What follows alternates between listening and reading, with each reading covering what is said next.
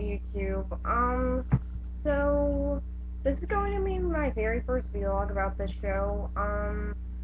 I kind of want to know what you guys think of it because I don't really know if you guys want me to keep on doing this, so, or like talking about this show, or if you guys want me to talk about a different show or something, then I'm completely fine with it. Tell me in the comments. But this is going to be my very first vlog on it, and if you guys like it, then I'll keep on vlogging about the other episodes. So, this is the very first episode of Tron Uprising called Vex's Beginning, where we start off by seeing how something that was made just to be a video game has now turned into a bit more and has become its own virtual reality. Quite literally, in fact, seeing as all these programs that this guy has created can seem to have their own desires. How is that possible? Really, how is that possible?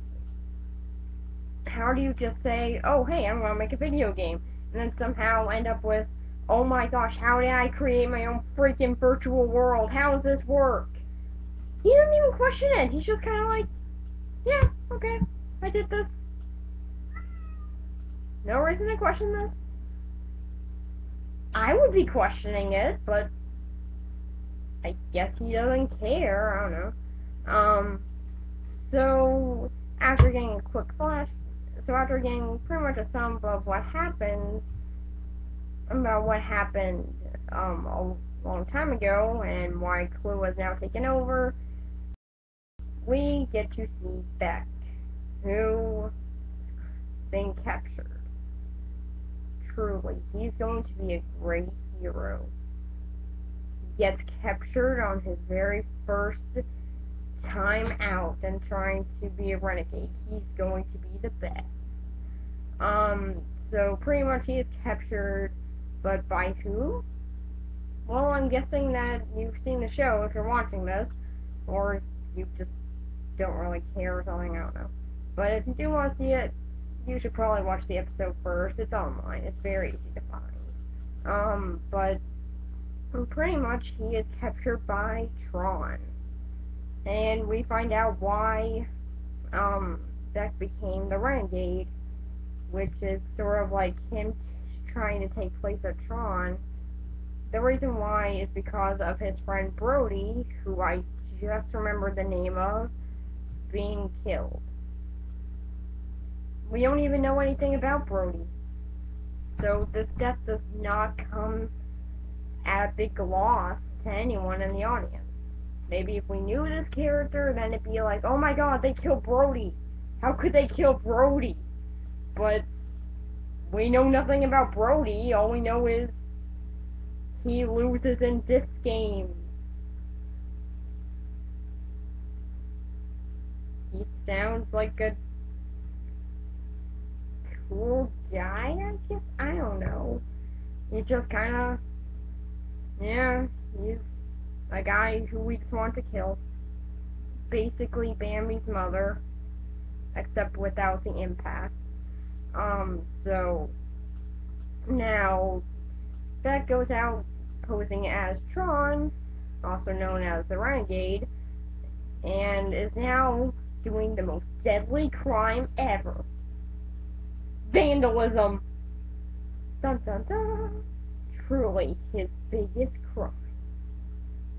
Yeah, so he destroys a statue, and this, for some odd reason, gets the attention of the whole entire government.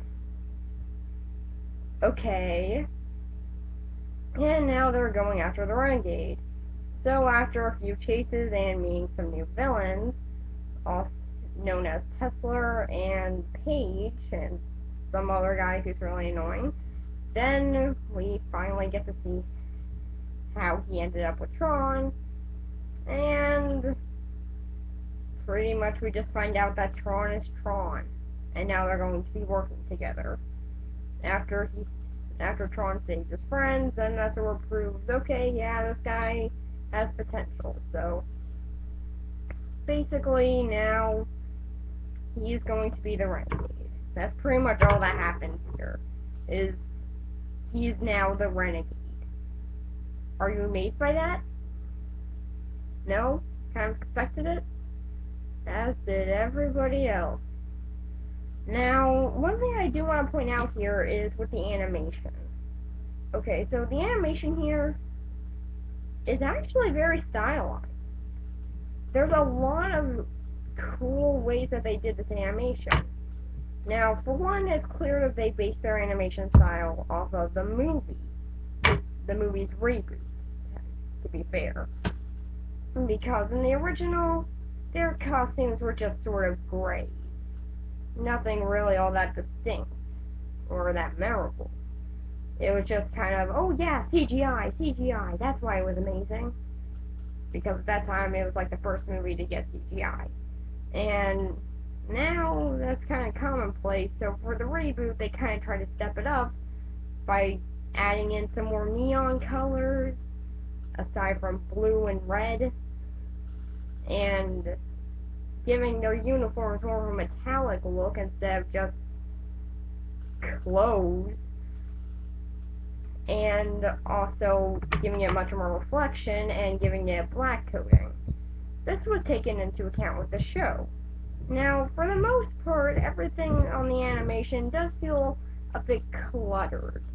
Like, there are some moments where there's just too much stuff, and it looks like, yeah, okay, so we got some lines showing us what things are, but not really showing us what everything is. There's some stuff that I don't even know what it is.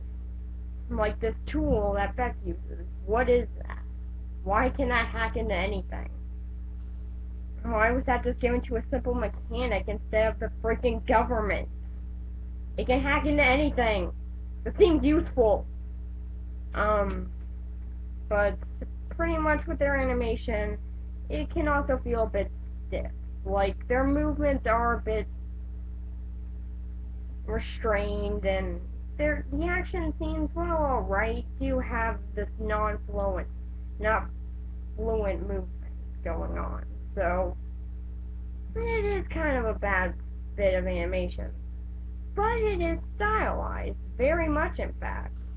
Again, with how they did the animation here, they also added in some more neon colors, which actually gives people their own look. Beck has blue, Zed has green, Mara has yellow, Tron is in white, the Renegade is in white, very distinctly showing who the Renegade is.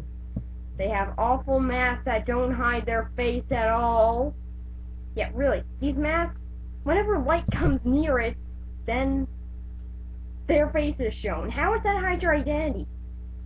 Like, oh yeah, my identity's totally hidden. Flashlight. Dang it. Blew my cover. So pretty much, they can easily be sought out with a flashlight. Seems like kind of a design flaw. But there are some good things about the animation, like the way that their bodies look. Their bodies are more taken like the movie original, being all gray, so it's sort of a mix of the two animation styles, which I kind of like. I like how they just sort of mix those two styles of the films, and then just sort of said, hey, what can we do with this? What are we gonna do? We're also introduced into the... So the animation's pretty good. It's very stylized, but at times not fluent or moving that well, and can be kind of solid.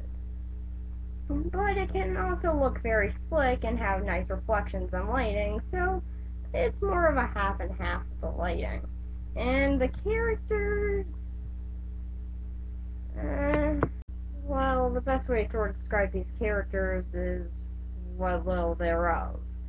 There is some sort of defining characteristic, and they do get a little bit more developed over time, but they're just kind of the Spider-Man characters to me, really. Like, or like the Daredevil characters. Like, okay, one of them's a vigilante, but they hide it because telling their friends is going to be dangerous for them, obviously. The girl one is a supportive one, which is Mara. There's not much to her. And Zed is probably the second best character here, but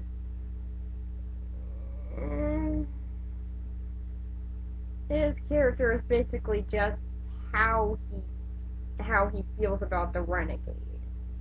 It does get a little bit more developed and more detail over time, but if you were just to watch this episode, you would basically be able to say, oh yeah, they're Spider-Man characters, obviously. They're obviously just Spider-Man characters, why should we care? But there are some characters that are okay, like Paige. She does actually get more developed in a few episodes further, where she's stuck on an island with Beck. This episode actually gives a whole lot more depth to her. We actually find out that she was a doctor, and that she had dreams of trying to break her programming to be into music. And she was actually good. But then there was stuff that came in the way, like her friends were massacred. Why do Disney shows like doing massacres now? Really, first it's gargoyles, then here. It's a massacre, Disney. And then we find out that she joined Tesla, so then she could avenge her friend's death. Then there's also Tesla himself, who is not really a good or threatening villain. He sort of just seems like a guy who didn't expect this, and it's just like, what should I do about this? What am I gonna do? It's one guy. What can he do? Well, I guess he deserves all my attention for some reason. No real motivation towards this, aside from Clue is saying so. Oh yeah, and then there's Clue. We don't really see him. Truly, he got a lot of development. And then there's Tron, who, while not bad, his backstory, I'll talk in further detail when the episode comes, if you guys want me to talk about it. It's still not that great. There are a lot of things missing from it, especially with how the opening portrays it, and it's just kind of not a good character overall. You can sometimes get revenge taken into account, where it blinds all of his reason, and that's kind of a bad sign for a revolution leader. I mean, yeah, I'm going to run a revolution. Oh wait, I hate that guy. Stop the revolution. We gotta go after this guy. Yeah, would you really want him to be your leader? I wouldn't. But, oh yeah, there's one thing I forgot to bring up about Beck. His voice actor. His voice actor is actually a really big-time voice actor. Well, actually, actor in general. Who was it? I'm guessing that you guys might already know. But if you don't, he is voiced by Elijah Wood, also known as Frodo in Lord of the Rings, a character on a show about a guy in a dog costume. I don't know. He has also worked on Over the Garden Wall, so he has done a few notable roles. And this one, I was actually kind of surprised to see him in. I didn't really expect him to be here, but he does fine with what he has. And he does add some emotion to it, but all in all, his portrayal's kind of wooden. But it's still fine. But then there's my favorite character on the show, Abel. Why do I like Abel? Because he's just fun. He's sarcastic. He actually has personality. His actor is actually putting in effort. I don't know who this voice actor is, but thank you. I really needed this. There's not that much effort into the show. But I'm glad that there is some effort with this guy. He actually is kind of interesting, and apparently has something going on with Tron, because he knows about him. And I'll talk about it later, but it's he's a pretty interesting character, and he's pretty fun, actually. So, there's not too much with this first episode to talk about. It's just kind of fair and decent in the way that's done, but it's still a pretty okay beginning to the story. So, if you guys want to hear me talk about the show some more, let me know in the comments and I will. So yeah, that's pretty much it. Bye.